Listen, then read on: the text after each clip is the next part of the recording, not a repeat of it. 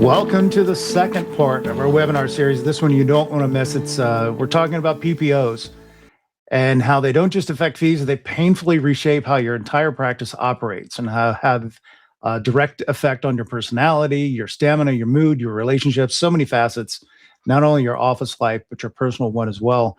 And you're here, hopefully you're feeling the PPO squeeze because we're going to help you out with that.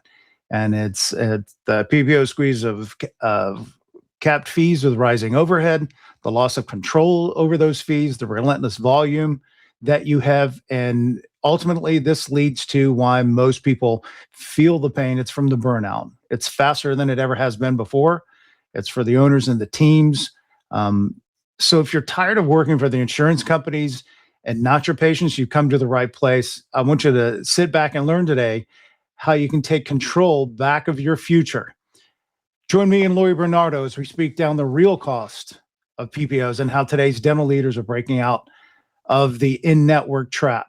So with me today is 35-year plus dental veteran Lori Bernardo. She's the director of practice growth and Amplify 360. She's been deep in the dental trenches.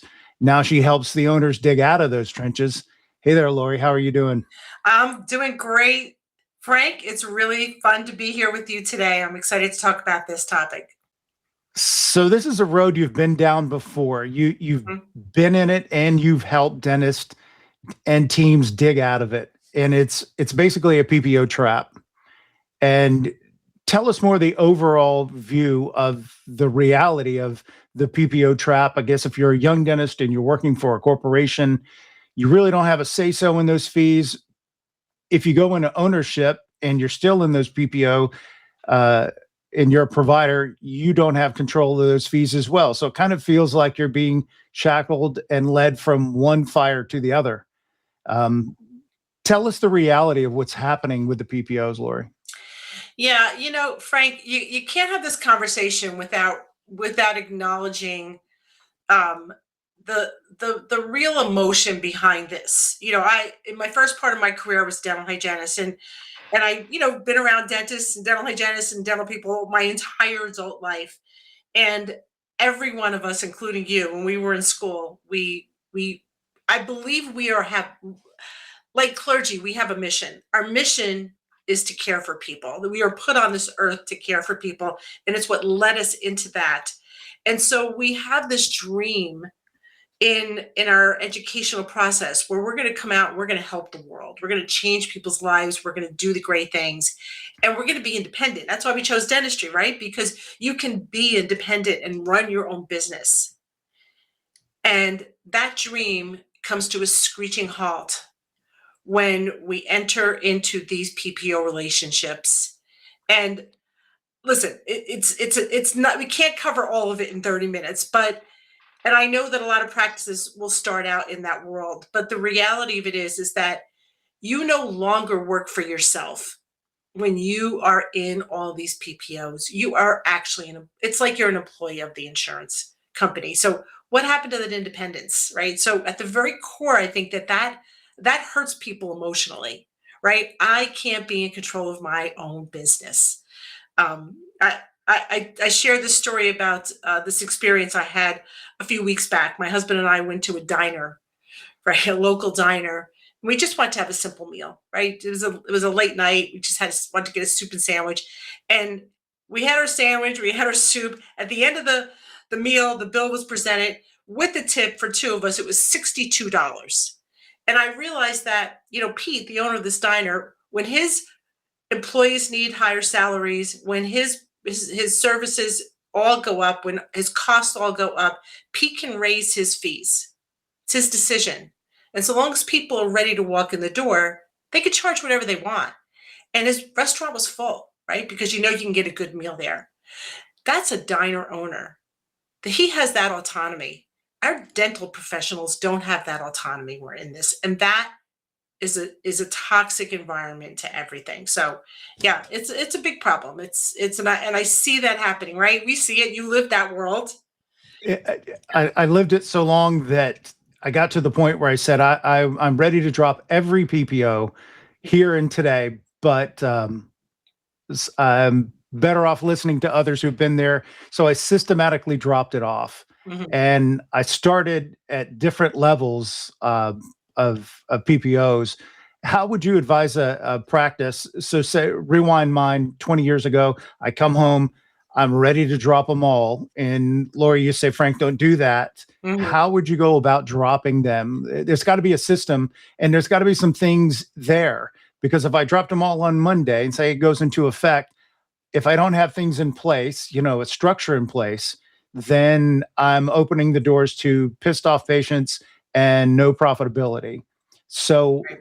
how can I create the framework for that before I get to the point of I want to drop them all? Yeah, that's a really important point, and because listen, I talk to lots of doctors, and you probably in your world, right? You've met colleagues who are ready to just drop it all, but that's a dangerous situation because you need to go at it strategically. And remember, it's not just you, right? You have been trained in this culture of, this insurance language. Your team members, they don't even know it can exist any other way. They're scared. If you go to your team and tell them we're dropping all the insurances, I guarantee you're going to have a lot of pushback. And they're not going to go along with you on this game because they're scared and they don't know how to have those conversations. So there's really four fundamental areas that you have to hit on, right? So the very first thing is you have to build toward that. It is a major shift in how you are running your business and everything you've done with your patients. So we have to start looking at the team and getting the team all on board, right? And having them be aligned on why people choose you, number one, right? What's the patient experience and what the right messaging can be. And then we have to train them, right? They have to be trained.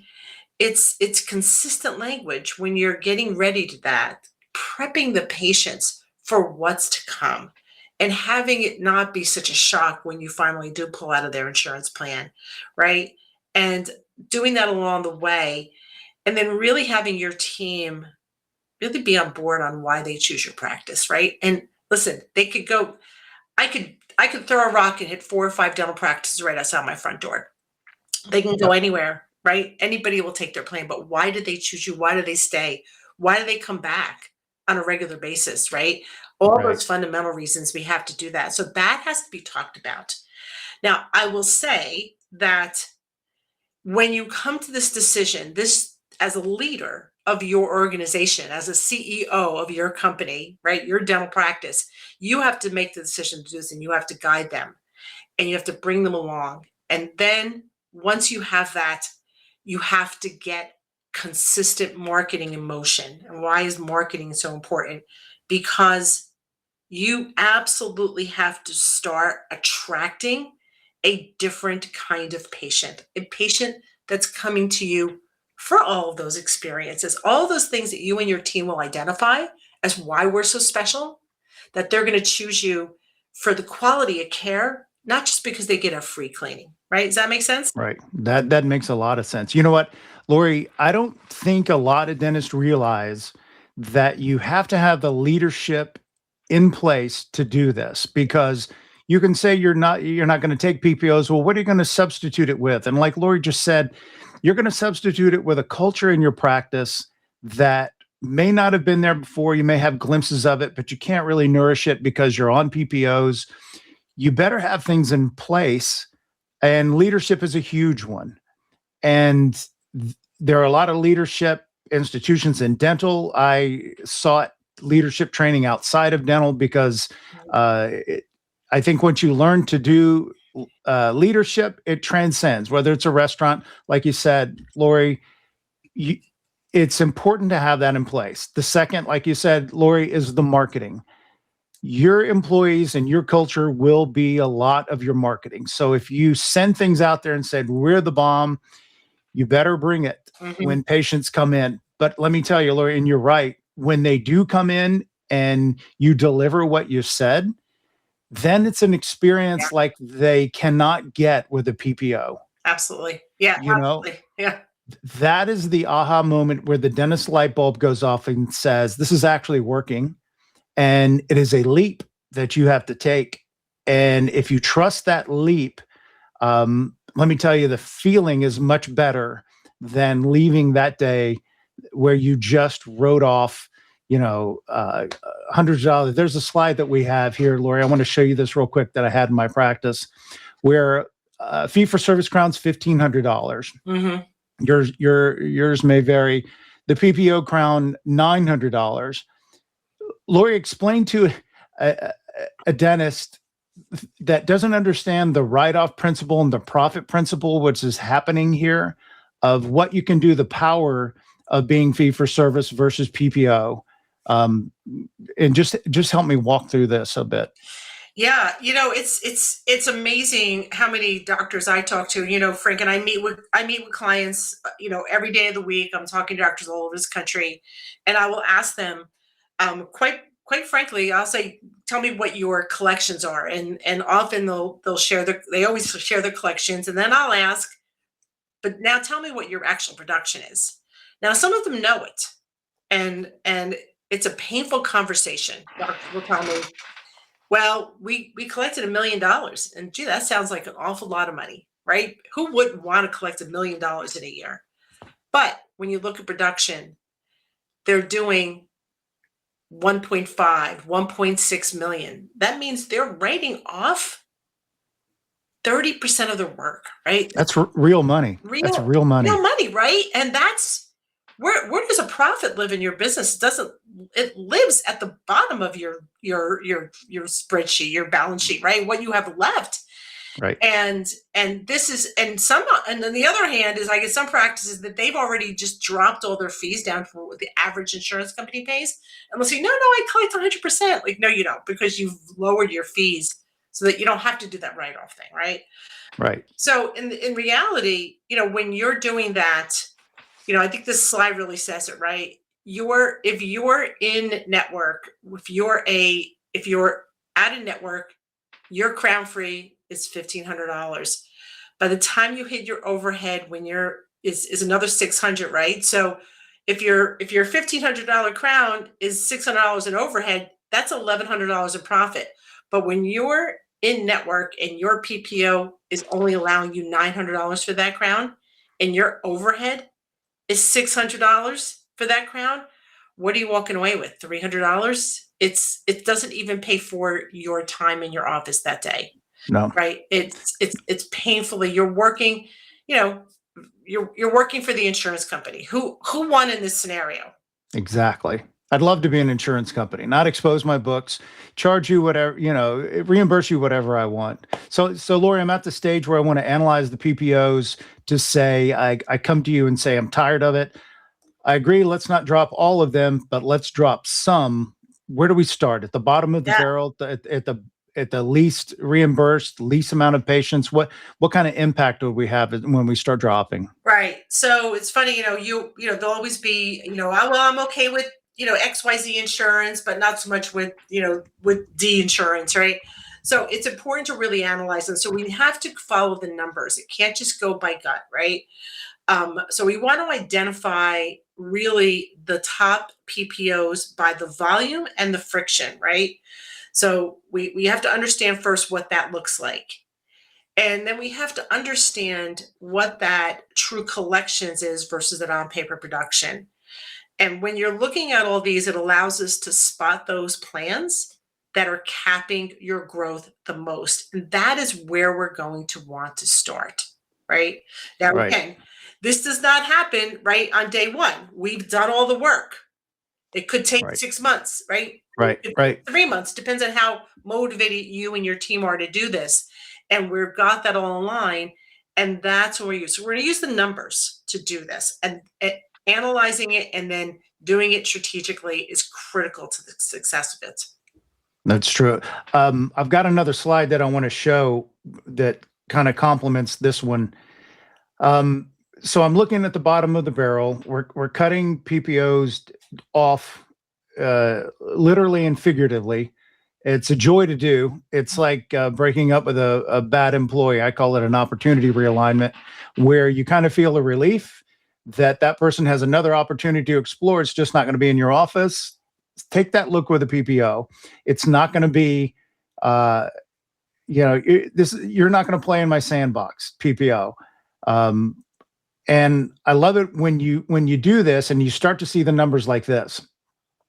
Yeah. This 40% write-off results in a 60 to 70%, because the way percents work, you've looked at your P&Ls, your doc's looking at it. Substitute some of these numbers and you will see the reduction in actual profit that Lori is talking about. Mm-hmm.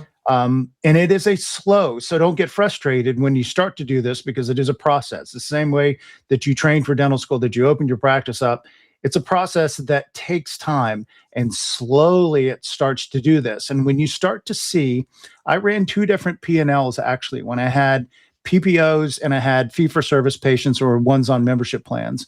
Mm-hmm. And if you did that side by side, and it took some, you could do it in Quick and you can do it in any software, but when you see the production that you have on fee-for-service versus, and they're side by side, that's very eye-opening. The quicker you will start to get rid of the other ones, because you'll see the magic start to happen. Lori, a lot of dentists, including myself, were like, if I cut this, these patients are going to leave. You talked earlier about transitioning into patients that like your practice. What do you mean by that? Like, I'm just a patient. I love, I want my dental work done. Why would I fall in love with a practice that's fee for service versus PPO? Yeah, I think that there's a couple of things to consider here. First, if we think about really what does a patient journey look like when they have to find a new dentist, right? It's a very, very big decision. It's a hard decision. In fact, many people, it takes them months, years to find a new dentist. And the only thing Frank, in your life, right? What was the most common reason somebody saw you, right? Somebody who hasn't been to the dentist in a long time, why they scheduled an appointment with your practice? It's because something happened, right? Yeah. Something broke, something hurt. There's a major life event. And that's what finally pushes them over the cliff of making a decision and finding someone. And they do the research, right? They're looking for someone who's going to be gentle, right? That's going to be kind, right? And take care of them, and all of the things that matter in healthcare. So the number one, identify human beings is not just being transactional, right? We have emotions. And so they come to you because you're in their plan. So they want that, and they come to you, and the bonus is you're in their plan, right? Now you work with them, they become your patient, and you develop a relationship. Let's make the assumption that you've done a great job at that, right? That you've delivered really exceptional care. Your team has delivered exceptional care, right? All of those things that get connected. Now, when you drop out of their plan, the fear is that every single one of those patients that are in that XYZ plan are going to just exit. They're just going to leave and they're going to go someplace else. But here's the reality, is that by and large, what we see, and we help clients do this all day long, is that the average is you will lose 15 to 20% of those patients. Not all of them. 15 to 20% of the patients that are in that plan. Now, what's happening is, and what we find is generally who you lose are the people who are really only coming to you for the free cleaning. Right? Maybe they don't need dental work, and you're in their plan and you're a nice guy, they like you, your office is conveniently located, whatever, right? But they only get their 2 free cleanings, right? It's not free, right? But it's free. They think it's free. Sure. Yep. They leave, right? Because they can go to all of the free other dental clinics that are out there. But the ones who have really experienced your care, they're going to stick around. And if you've done your homework in that first part, in that build phase, where you really prep the patients and have them understand why you're doing this, the vast majority stay. And now what's happening is, now instead of paying $900 for that crown, they're paying $1,200. So big difference. Sure. What we often find is that, and I think you might have, I think you found this in your practice, Frank, too, is that you end up having much less patients. You're not working as many, you're not seeing as many patients in a day, but your collections and your revenue goes up. Yes. That was always a pie in the sky when I was younger, because I didn't think that was possible. Yeah. You know what else happens, Lori?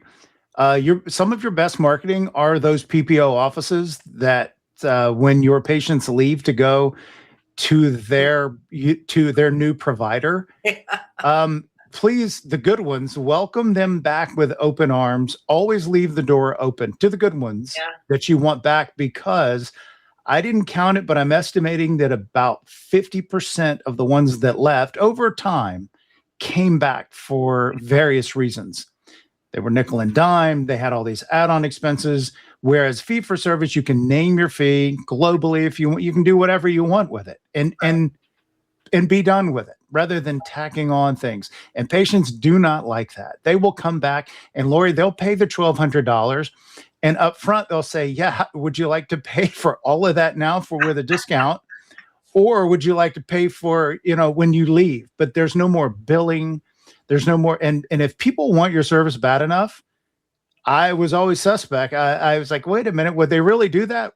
If they're coming back to a dental office, they don't want to be there in the first place. Nobody likes the dental office. It's a necessity. They will pay that. And if you have the right things in place, Laura, you mentioned team. Team is huge. If you have that in place, it's very sticky. Patients won't leave. There are some like poor patients that you kind of want to leave, and you do everything you can to make leave. Don't make it too good. Don't make the playlist too good, because people will want to stay. So, I mean, these are all excellent points that, as you said, the process of doing this is long. The framework that needs to be in place has got to be deliberate. It can't be haphazard. So the thought of the burnout, coming home and saying, I'm getting rid of all this, or I'm going to open up an office. If you have things in place, it can happen. Maybe a little slower, but I can tell you that it's very steady and it pays off in the end. And you build the practice around you and your team that you want. Lori, how many transitions have you seen where dentists just, I don't think it's possible. And isn't it very rewarding at the end of, as you cast them into their journey of this non-PPO, you see it happening. And then years later you go, you've built this, and they're happy, producing dentistry again, and their team is sticky. They stay. There's not a lot of turnover, because I can tell you that hygienists and front desk love a fee for service practice. They do. So the days of the revolving door of training employees, which is frustrating. And so there's so many things that add on to this that are a benefit, but it's not easy. And don't go in alone. You're going to go in with help, and you're going to go in with an attitude that it can be done, because I've done it. Lori, you've seen hundreds of practices like this. And it's just amazing. At the end, you go, wow, this actually can be done. Absolutely. I mean, tell me, we had talked before about, there was a Dr. Taylor. There was a case that you had said, okay, and maybe Dr. Taylor was one where it said, I can't do this. What kind of PPO mix did they have? Yeah, Dr. Taylor is a great example. I think when you talked to John last week, he mentioned we had a client that did this whole thing in 14 months. And while we have that, right, we do see people who are highly motivated and get things done fast. Dr. Taylor, she was a little different, right? She was a younger doctor. When she started out, she opened a practice, was when we did the analysis, 90% of her collections were coming from PPOs, and it was bleeding her dry. So she really took this journey, and the first thing she did was institute a membership plan, so that her cash paying patients were absolutely starting to come into that group of, to help them stay, right? That creates a sticky patient, right? Because they're in your membership plan. And then we did this, and in this period of time, it took her 2 years as she was growing her membership. She calls it her VIP club. She shifted out of those PPOs.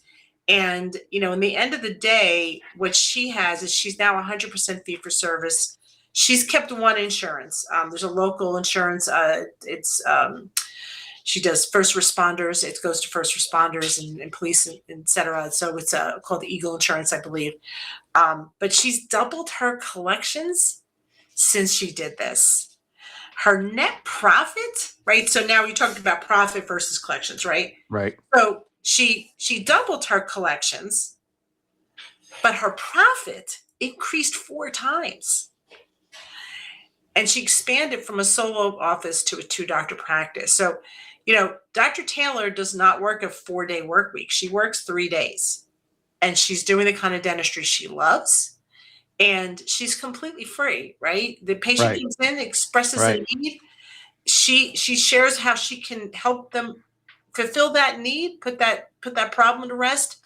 And it's a relationship that they decide upon, right? They decide. The patient Right. and the doctor decide on the best course of treatment, period. And it's really been amazing for her. Oh, yeah. I kind of see that PPO being like a third wheel on a date, like telling you what to say and what to do. And you look over like it's a little sibling going, it's time for you to go. Right. But when you describe, I've talked to many docs and myself, what you describe with Dr. Taylor seems pie in the sky. Took her I think it took me 2.5, 3 years to finally get the independence. But then you create the practice that you want. You want to work 2 or 3 days a week. You want to change your fees. You want to bring an associate. It's so hard to do it with a PPO, shackled and bringing you down. We've covered so much here, but each facet that we've covered, we can drill deeper into. I mean, if I'm listening to me 22, 23 years ago, can I contact you for more information on this? Because I want to, I'm afraid to take the leap. I need a little safety net. How would I do it? Would I contact you? Yeah, absolutely. We're at the end of this discussion, we're gonna have put up a slide that'll have all of my contact information. And if you like, we are putting together some tools that you can have access to as someone who's watching this webinar, this podcast, and I'm happy to share that with you. Feel free to reach out directly to me. Or email me, and I'll certainly supply you with any of those resources that you want. Yeah, don't do it alone. Whether we help you or somebody else helps you, you have to come at it strategically. Don't do it out of a knee-jerk response, and you will see really freedom to run your business and to take care of patients the way you want. It's really it's a beautiful thing to see. I agree. It's the reason that we got into dentistry, like you said, to take care of people. Lori, I appreciate your time today. We're going to have many more discussions on this. I'd love to have you back on if you would, so we can touch on some things. I've got some Q&A here from some people. Maybe we can get another podcast, or we're actually doing that, and another webinar where we can answer some of these, because the questions keep pouring in on it. But I appreciate your time today on it, and I look forward to speaking with you again. Likewise. Thanks so much, Frank, for having me. It was really fun. Take care, Lori. Bye. Bye.